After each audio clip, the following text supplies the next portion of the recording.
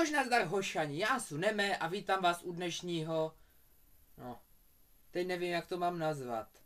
No nic, prostě tady budu sedět a budu žvanit do svý nový Sakra, ty jsem to prokec. No nevadí, tak když už jsem to řekl, tak já vám představuji moji novou kameru. Jmenuje se Xiaomi IY Sport. Ne, vlastně ne, YI.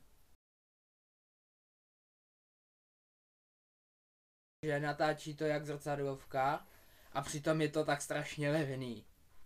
Natáčí to maximálně 2K, každopádně teďka natáčím Full HD 60 fps. Čeho se můžete těšit, tak budou kvalitní videa, ty starý videa z telefonu a z kamery tak už jsou prostě konečně minulostí.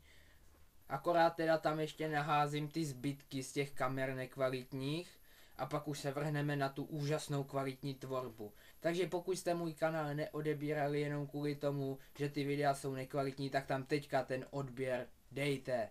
No a já vám teďka nakonec ukážu pár záběrů, co jsem venku natáčel na zkoušku.